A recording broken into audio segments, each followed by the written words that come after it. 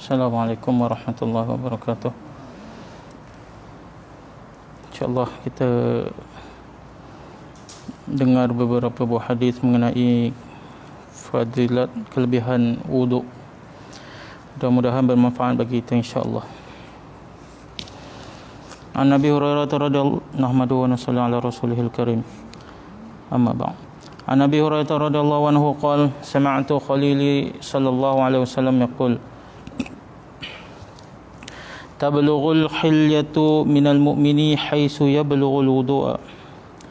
Sayyidina Abu Hurairah radhiyallahu anhu berkata, aku telah mendengar kekasihku Rasulullah sallallahu alaihi wasallam bersabda, perhiasan orang mukmin pada hari kiamat akan sampai sehingga ke tempat yang sampai air wuduk, yakni setakat mana air wuduk sampai pada anggota manusia, setakat itulah seorang itu akan dipakaikan perhiasan pada hari kiamat.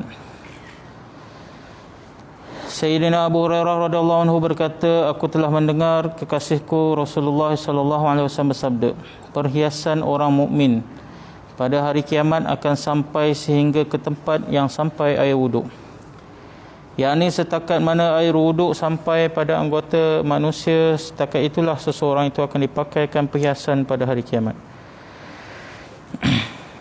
An Nabi Hurairah radhiyallahu anhu qala sami'tu Rasulullah sallallahu alaihi wasallam yaqul inna ummati yud'auna yawmal qiyamati ghurran muhajjalin min atharil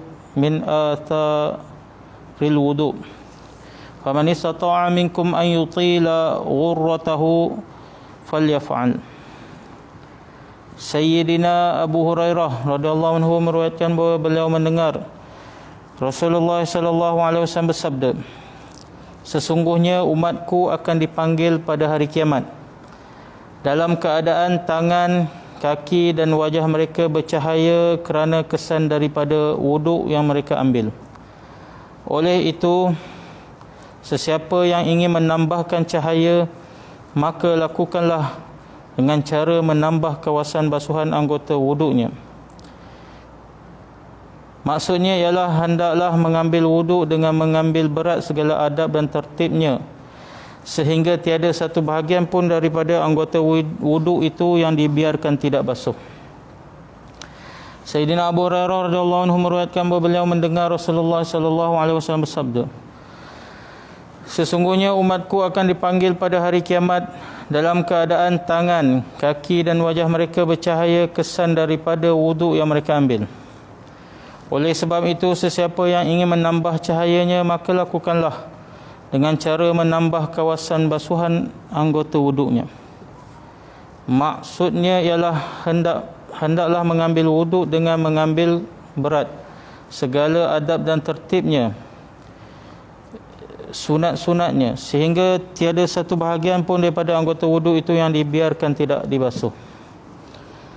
An Utsman bin Affan radhiyallahu anhu qala Rasulullah sallallahu alaihi wasallam, man tawaddaa fa ahsana al-wudu'a kharajat khatayahu min jasadihi hatta takhruja min tahti azfari.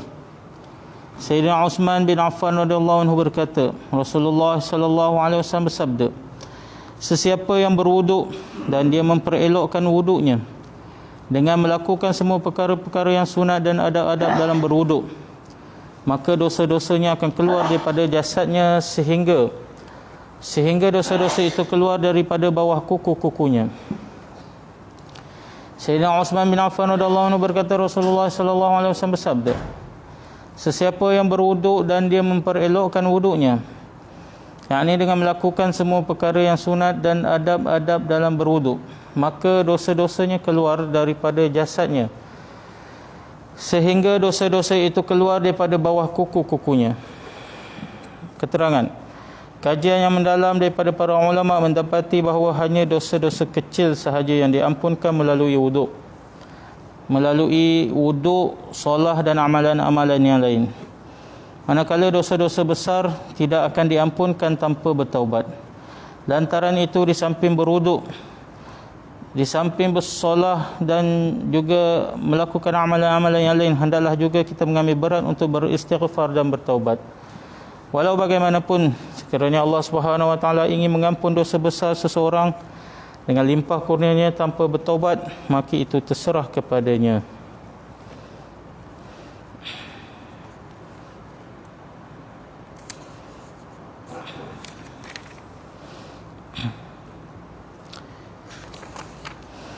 An Umar bin Khattab radhiyallahu anhu an Nabi sallallahu alaihi wasallam qala ma minkum min ahadin yatawaddau fayublighu aw fayusbighu alwudu'a thumma yaqul ashhadu an la ilaha illallah wa anna Muhammadan abduhu wa rasuluh illa futiha lahu abwabul jannah الثمانية يدخل من أيها شاء.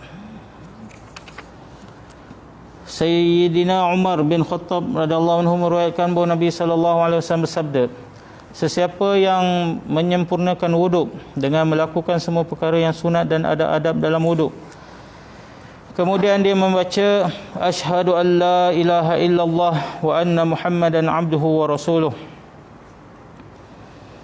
yang bermaksud saya bersaksi bahawa tiada Tuhan selain Allah dan bahawasanya sesungguhnya Nabi sallallahu alaihi wasallam itu ialah hamba-Nya dan pesuruhnya, maka pasti akan dibukakan untuknya ke-88 pintu syurga dan dia boleh memasuki dari mana-mana pintu yang dikehendaki. Sayyidina Umar bin Khattab radhiyallahu anhu meriwayatkan bahawa Nabi sallallahu alaihi wasallam bersabda, sesiapa yang menyempurnakan wuduk, yakni dengan melakukan semua perkara yang sunat dan ada adab dalam wuduk, kemudian dia membaca asyhadu an la ilaha illallah wa anna Muhammadan abduhu wa rasuluh, yang bermaksud saya bersaksi bahawa tiada Tuhan selain daripada Allah dan bahawasanya sesungguhnya Nabi Muhammad sallallahu alaihi wasallam itu ialah hamba-Nya dan pesuruhnya, maka pasti akan dibukakan untuknya ke-88 pintu syurga dan dia boleh memasuki dari mana-mana pintu yang dikehendaki. Dalam riwayat Sayyidina Uqbah bin Amir radhiyallahu anhu, bacaannya ialah asyhadu an la ilaha illallah wahdahu la syarikalah wa asyhadu anna Muhammadan abduhu wa rasuluh. Dalam riwayat Sayyidina Anas bin Malik pula terdapat kenyataan bahawa bacaan hendaklah diulang sebanyak 3 kali. Dalam riwayat yang lain daripada Sayyidina Uqbah radhiyallahu anhu disebutkan bahawa selepas berwuduk, doa itu hendaklah dibaca sambil mengangkat pandangan ke langit. Dalam satu riwayat Sayyidina Umar bin Khattab radhiyallahu anhu terdapat bacaan asyhadu an la ilaha illallah wahdahu la syarikalah wa asyhadu anna Muhammadan abduhu wa rasuluh. Allahumma ja'alni minat tawwabin wa ja'alni minal mutatahhirin. Yang bermaksud, saya bersaksi bahawa tiada Tuhan yang berhak disembah melainkan Allah, yang Maha Esa, lagi tiada sebarang sekutu baginya, dan saya bersaksi bahawa sesungguhnya Nabi Muhammad sallallahu alaihi wasallam ialah hamba-Nya dan pesuruhnya. Ya Allah, jadikanlah aku di kalangan orang-orang yang selalu bertaubat, dan jadikanlah aku dalam kalangan orang-orang yang selalu berada dalam keadaan suci lagi bersih. Jadi alhamdulillah kita telah dengar beberapa buah hadis mengenai kelebihan wuduk, kelebihan doa selepas wuduk, kelebihan wuduk.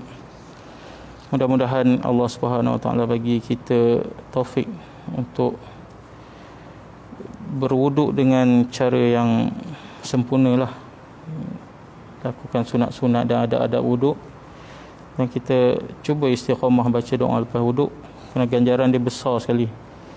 Doa lepas wuduk ni kalau kita istiqamah, Allah akan buka ke-88 pintu syurga, kita boleh masuk daripada mana-mana pintu yang kita nak. Besar kelebihannya.